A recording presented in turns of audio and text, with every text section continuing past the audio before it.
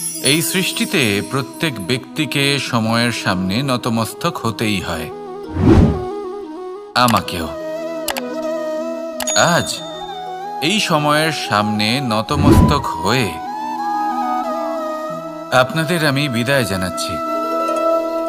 কিন্তু মনে রাখবেন, यदा यदा हि धर्मस्य ग्लानिर्भवति भारत अभ्युत्थानम् अधर्मस्य तदात्मानं सृजाम्यहम्। অর্থাৎ যখন যখন ধর্ম বিলুপ্ত হয়ে যাবে, সাধুগণ কষ্ট পাবেন, আমি আসব। কিন্তু এই ধর্ম আসলে কি? এই ধর্ম হলো তা যা হলো অটল, যে সময়ের সামনে এই সমস্ত সংসার নতমস্তক হয়। এই ধর্ম হলো তার ঊর্ধ্বে। আর আমার কাছে তো ধর্মের অর্থ শুধুমাত্র একটাই, প্রেম।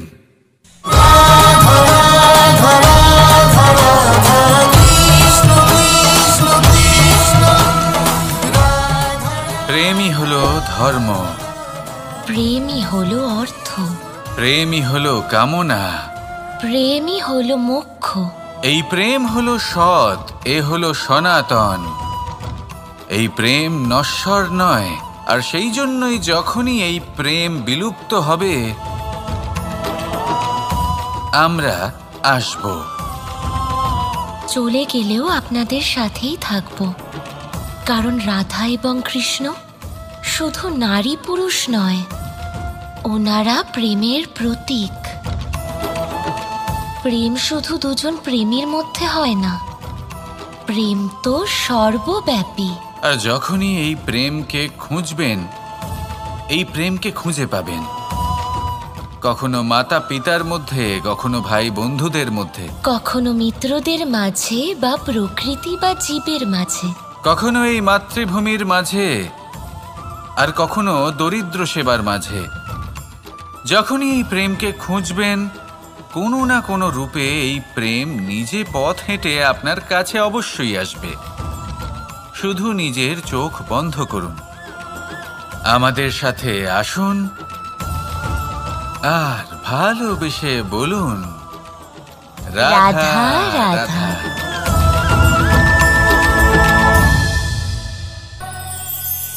মানুষ জীবনে অনেক ধরনের সুখ লাভ করে, অর্থ সুখ, পরিবারের সুখ, বৈভবের সুখ। কিন্তু এমন একটা সুখ আছে যা বেশিরভাগ মানুষকে প্রভাবিত করে, কিন্তু সেই সুখ তাদের কোনো প্রয়োজনই নেই। সেটা হলো পরনিন্দা সুখ। অর্থাৎ এমন কোনো ব্যক্তিকে নিয়ে নিন্দা করা, তার প্রতি অনুচিত শব্দ প্রয়োগ করা, কারণ সেই ব্যক্তিকে আপনি পছন্দ করেন না। আর এমন অনেক মানুষ আছেন যারা এই কাজ করে খুব আনন্দ লাভ করেন, যেটা করা উচিত নয়। কারণ এতে আপনার সময়, আপনার ঊর্জা, আপনার নিজের অন্তরের ইতিবাচক শক্তি আপনি নষ্ট করে ফেলছেন। আর এই সব কিছুই আপনার প্রয়োজন আছে। যাদেরকে আপনার পছন্দ নয়, সেই ব্যক্তির বিষয়ে কথাই বলবেন না। সেই সব ব্যক্তির দিকে মনোনিবেশ করুন যাদের আপনি ভালোবাসেন। সেই সব কাজে মন দিন যেগুলো আপনার ভালো লাগে। সেই বস্তুর দিকে নজর দিন যেগুলো আপনার প্রিয়, নিজের লক্ষ্যের দিকে, এই সব কিছুর দিকে নয়। এমনটা করলে আপনার জীবনে আপনি সেই সব বস্তুর দিকে নজর দিতে পারবেন যারা প্রকৃত অর্থে আপনার জীবন আরো শ্রেষ্ঠ করে তোলে। এমনটাই করুন, জীবন আরো অনেক বেশি সুন্দর হয়ে উঠবে। আর তখন এই মন প্রসন্ন হয়ে বলবে, রাধা রাধা। মানুষের 6টি বড় শত্রু রয়েছে, আর এরা অন্য কোথাও নয়, বরং মানুষের অন্তরেই বাস করে। এই 6টি শত্রু হল কাম, ক্রোধ, মোহ, লোভ, ঈর্ষা আর অহংকার। কিন্তু এরা কি চিরকাল আপনার শত্রু হিসেবেই থেকে যায়? এদেরকে নিজের বন্ধু করে তোলা কি সম্ভব নয়? ভেবে দেখুন না। এবার যদি কথা বলি কাম নিয়ে, অর্থাৎ কামনা করা, তাহলে মানুষ যদি জীবনে কামনা করতে থাকে তাহলে সন্তোষের অনুভূতি লাভ করতে পারে না। কিন্তু এই কামনাই মানুষের বন্ধু হয়ে উঠতে পারে। কিভাবে? ধরুন, যদি মানুষ ভাবে আমি আরো অনেক বেশি শ্রেষ্ঠ ব্যক্তি হয়ে উঠতে চাই আর তার জন্য কর্ম করে, পরিশ্রম করে, তাহলে ভবিষ্যতে গিয়ে শ্রেষ্ঠ ব্যক্তি হয়ে উঠতে পারে কামনার কারণে। অর্থাৎ এই কামনাই ওর বন্ধু হয়ে ওঠে। কিন্তু ধরুন কোনো মানুষ যদি চায় সে শ্রেষ্ঠ ব্যক্তি হয়ে উঠবে, কিন্তু তার জন্য না কোনো কর্ম করছেন আর না কোনো পরিশ্রম করছেন আর অধর্মের পথে চলতে শুরু করে দেন, তাহলে এই কামনাই তার শত্রু হয়ে উঠতে পারে। এবার যদি এই কামনাকে নিজের বন্ধু করে তুলতে হয় তাহলে নিজের নির্বাচনে বিচক্ষণ হতে হবে, নিজের মস্তিষ্কের ওপর নিয়ন্ত্রণ রাখতে শিখতে হবে। সেটাই করুন আর আমার সাথে ভালোবেসে বলুন, রাধা রাধা। আজ আমরা মানুষের আরও একটি শত্রুর বিষয়ে কথা বলবো, যার নাম হলো লোভ। যে কোনো বস্তুকে অত্যাধিক লাভ করার যে বাসনা, যতটা লাভ করেছি ততটা যথেষ্ট নয়, আমার আরও চাই, আরও চাই, একেই বলে লোভ। এবার এই লোভ আপনার জীবনে শুভ না অশুভ, আপনার মিত্র নাকি আপনার শত্রু, সেটাও নির্ভর করছে আপনার ওপর। যেমন ধরুন কোনো ব্যক্তির অসম্ভব ধনের লোভ, সে সেটা অর্জন করছে আর সেটা সংগ্রহ করছে, আর সেটা লাভ করার জন্য সে অনৈতিক কাজ করছে। যদি এই সব হতে থাকে তাহলে লোভ কিন্তু আপনার পক্ষে অত্যন্ত ক্ষতিকারক। কিন্তু যদি সেই ব্যক্তি ধরুন ধন অর্জন করছেন, তার সাথে নীতিও পালন করছেন, আর সংগ্রহ করার পরে সেটা সংসারে ছড়িয়ে দিচ্ছেন, যদি এমনটা হয় তাহলে এই লোভ আপনার বন্ধু হয়ে উঠতে পারে। যদি আপনার সৎসঙ্গ লাভ করার, সৎকর্ম করার লোভ থাকে তাহলে আপনি কখনো একা থাকবেন না। যদি ভালোবাসা প্রদান করার লোভ থাকে, এই সংসারকে সাহায্য করার লোভ থাকে, তাহলে এই লোভ যা সংসারের শত্রু, সেটা কিন্তু আপনার সাথে পরমাত্মার মিলন ঘটাতে পারে।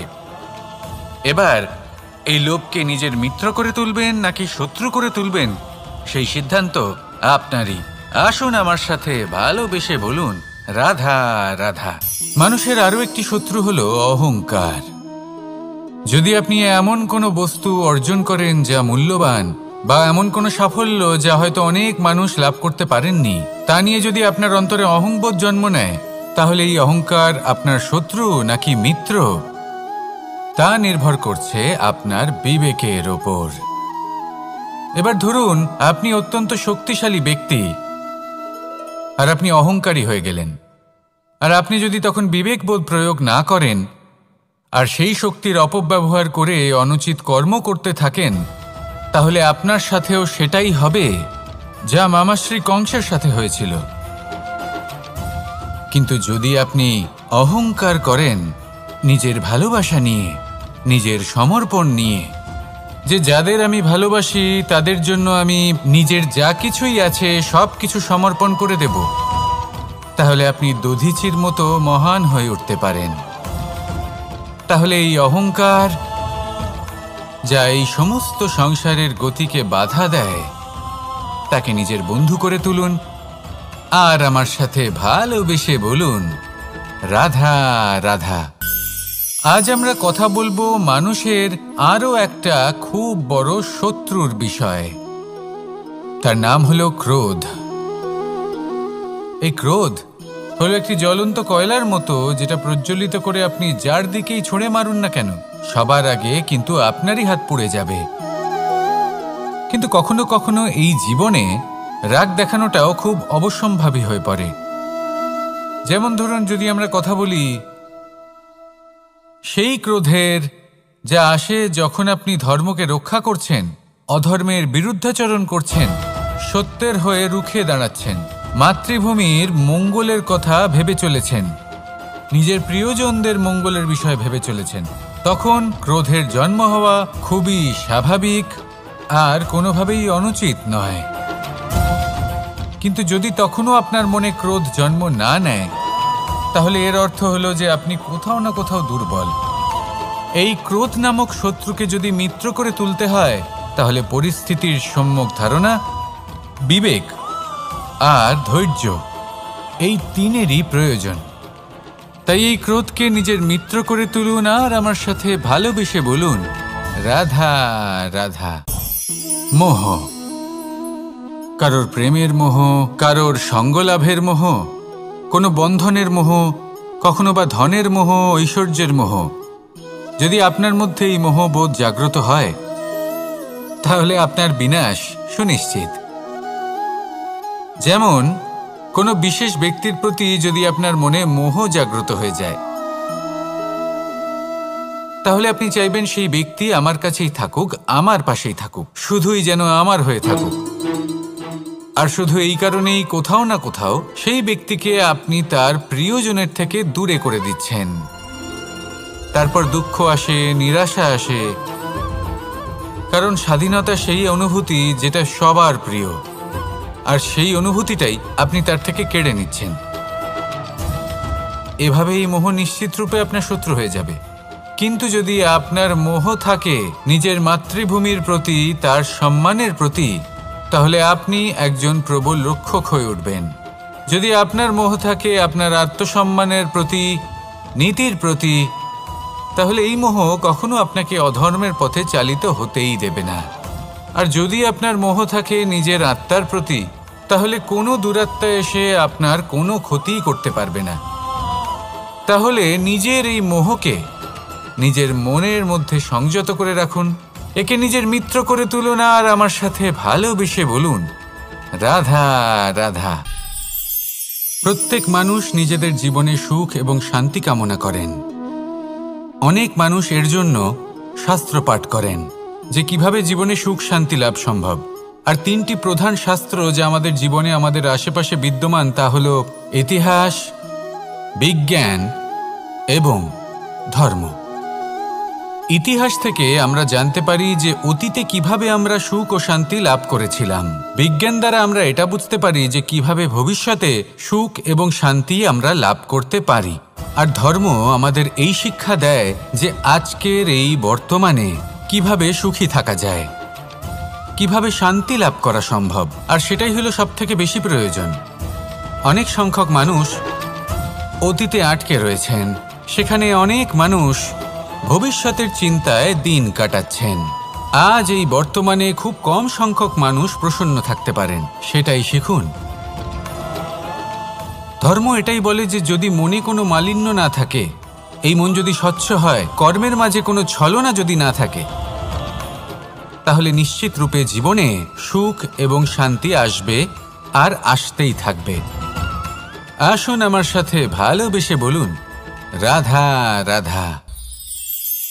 যদি নিজের কথা বলি, তাহলে আমার এই নিয়ে অভিযোগ নেই যে জন্মের পরেই আমাকে মা বাবার থেকে দূরে চলে যেতে হলো। আমার এই নিয়েও অভিযোগ নেই যে একজন মামা যিনি ভাগ্নের জন্য নিজের প্রাণও ত্যাগ করতে পারেন, সেই মামাই আমার প্রাণ কেড়ে নেওয়ার জন্য প্রত্যেক সম্ভাব্য প্রচেষ্টা করলেন। এই নিয়ে অভিযোগ নেই যে মহাযোদ্ধা হওয়া সত্ত্বেও আমাকে সারথি হওয়ার চয়ন করতে হলো। বরং আমি কৃতজ্ঞ। মামা যতই আমার প্রাণ কেড়ে নেওয়ার চেষ্টা করুক, আমি নিজের আত্মরক্ষা করতে পেরেছি। প্রথমে মথুরা ছাড়তে হলো, তারপর বৃন্দাবন ছাড়তে হলো, কিন্তু দ্বারকাকে নির্মাণ করার সুযোগটা আমি পেয়েছি। আমি কৃতজ্ঞ যে একজন সারথি হিসেবে ধর্মস্থাপনের এই রথ আমি এগিয়ে নিয়ে যেতে পেরেছি, এই সংসারকে গীতার জ্ঞান প্রদান করতে পেরেছি। দেখুন, জীবন সেই একই আছে, কিন্তু দৃষ্টিভঙ্গি কতটা গুরুত্বপূর্ণ। এই অভিযোগ আপনাকে জীবনে বাধা দেবে, দুঃখী করে তুলবে, কিন্তু কৃতজ্ঞতা বোধ সেটা আপনাকে একটা সুযোগ দেবে, সেই জীবনকেই আরো আনন্দের সাথে যাপনের সুযোগ। এই সুযোগে সদ্ব্যবহার করুন আর আমার সাথে ভালোবেসে বলুন, রাধা রাধা। স্বভাব মানুষের এই স্বভাব কিন্তু খুব গুরুত্বপূর্ণ বিষয়। এটাই নির্ধারিত করে দেয় যে সংসার তাকে ভালোবাসবে নাকি ঘৃণা করবে। এটাই নির্ধারিত করে দেয় যে তার আপনজন মানে তার প্রিয়জন তার সাথে থাকবে নাকি তার থেকে দূরে চলে যাবে। এবার স্বভাব কেমন হওয়া উচিত? কিছু মানুষ বলবেন যে স্বভাব চন্দ্রমার মতো হওয়া উচিত, অত্যন্ত সুন্দর এবং শীতল। কিন্তু চন্দ্রমা নিজেও তো সূর্যের কাছে নিজের প্রকাশের জন্য ঋণী। সূর্যের মতো হয়ে উঠুন। এই সূর্য যখন উদিত হয় তখন শান্ত থাকে, তারপর সারা দিন নিজে প্রজ্বলিত হয় এবং এই সংসারকে প্রকাশ প্রদান করে, যাতে এই সংসার নিজের কর্ম করতে পারে। আর যখন এই সূর্য অস্ত যায় তখনও কোনো কোলাহল করে না, শান্তভাবে অস্ত হয়। সূর্যাস্তের সময় পরিবেশ শান্ত থাকে, সমস্ত পশু পাখি আনন্দে থাকে। সূর্য যখন অস্ত হয় তখন এই আশা নিয়ে অস্ত হয় যে পরের দিন সে আবার উদিত হবে, আর অস্ত হওয়ার পরেও সে চন্দ্রমাকে নিজের প্রকাশ প্রদান করে। যদি আপনিও নিজের উত্থানের সময় অহংকার না করেন এবং নিজের পতনের সময় দুঃখী না হন, আর জীবনে অন্ধকার ঘনিয়ে আসার পরও আপনি অন্যদের সাহায্য করেন, তাহলে সূর্যের মতো আপনি আবার উদিত হবেন, এই সংসারকে প্রকাশ প্রদান করতে পারবেন, সাফল্য লাভ করতে পারবেন। আসুন আমার সাথে ভালোবেসে বলুন, রাধা রাধা। পরিচয়। এই সংসারে প্রত্যেক ব্যক্তি নিজের পরিচিতি অর্জন করতে চান। পরিচিতি অর্থ এটা নয় যে আপনার নাম কি। পরিচিতির অর্থ হলো এটা যে প্রত্যেক ব্যক্তি এটাই চায় যে এই সংসার আমাকে চিনবে, জানবে আর আমাকে সম্মান করবে। কিন্তু এই সব অর্জন করার পূর্বে এটা বুঝুন যে এই পরিচিতির আসল অর্থটা কি। যদি কোনো ব্যক্তি এটা বলেন এর পরিচয় হলো এটাই যে সে একজন ধনী পিতার পুত্র, তাহলে সেই পরিচিতি পুত্রের নয় বরং তার পিতার। যদি কেউ এটা বলে যে সেই ব্যক্তির পরিচয় হলো সে খুব সুন্দর, তাহলে সেই পরিচয় হলো তার রূপের, সেই ব্যক্তির নয়। বাস্তবে পরিচয় কি? আপনার সান্নিধ্য লাভ করে কোনো ব্যক্তি কি অনুভব করতে পারে, তার কি ধরনের অনুভূতি হয়, আপনার পদ, আপনার সম্পত্তি, এই সব কিছুর ঊর্ধ্বে হলো আপনার আসল পরিচয়। যদি কোনো ব্যক্তি আপনাকে স্মরণ করেই প্রসন্ন হয়ে যান, তাহলে সেটাই হলো শ্রেষ্ঠ পরিচয়। তাই এই সংসারে নিজের শ্রেষ্ঠ পরিচয় গড়ে তুলুন আর আমার সাথে ভালোবেসে বলুন, রাধা রাধা। রামধনু আমাদের সকলের প্রিয়। আকাশে এই 7 রং দেখে মন আনন্দে ভরে ওঠে। কিন্তু এই রামধনু প্রত্যেক দিন বা সবসময় দেখা যায় না, বর্ষার ঋতুতে দেখা যায়। যদি আপনি এই 7টি রং দেখতে চান, এর আনন্দ উপভোগ করতে চান, তাহলে বর্ষাকে সহ্য করতে হবে, সেই তীব্র বায়ু সহ্য করতে হবে যা বর্ষা ঋতুতে প্রবাহিত হয়। ঠিক সেভাবেই যদি জীবনে 7টি রঙের সুখ অনুভব করতে হয়, তাহলে সমস্যার বর্ষণও সহ্য করতেই হবে, তবেই তো সেটা লাভ করতে পারবেন। মনে রাখবেন, একটি ছোট্ট শিশু যখন তার খিদে পায় তখন কিন্তু সে নিজে মাকে সেটা জানাতে পারে না, বলতেও পারে না। তাকেও কিন্তু সেই খিদের যন্ত্রণা সহ্য করতেই হয়। আর যখন সেই যন্ত্রণায় সে কাঁদতে থাকে তখন মা বুঝতে পারেন যে সেই ছোট্ট শিশুটির তো খিদে পেয়েছে, তখন তার খিদে দূর হয়। বসে থেকে এই সংসারে কোনো কিছুই লাভ করতে পারবেন না। যদি সুখ ভোগ করতে হয় তাহলে যন্ত্রণাও সহ্য করতে হবে, পরিশ্রমও করতেই হবে। তাহলে সাহসের সাথে সব যন্ত্রণার সম্মুখীন হন, শৌর্যের সাথে পরিশ্রম করুন আর আমার সাথে ভালোবেসে বলুন, রাধা রাধা। সাফল্য। আমরা সবাই জীবনে সাফল্য লাভ করতে চাই। প্রত্যেক ব্যক্তি এটা চান যে নিজের কর্মক্ষেত্রে তিনি যেন সর্বশ্রেষ্ঠ হয়ে থাকেন। এবার আমাদের মধ্যে কেউ এটা মানুক বা না মানুক, আমরা সবাই এটা জানি, কোথাও না কোথাও নিজেদের মনে মনে আমরা এটা জানি যে আমরা সম্পূর্ণ নই,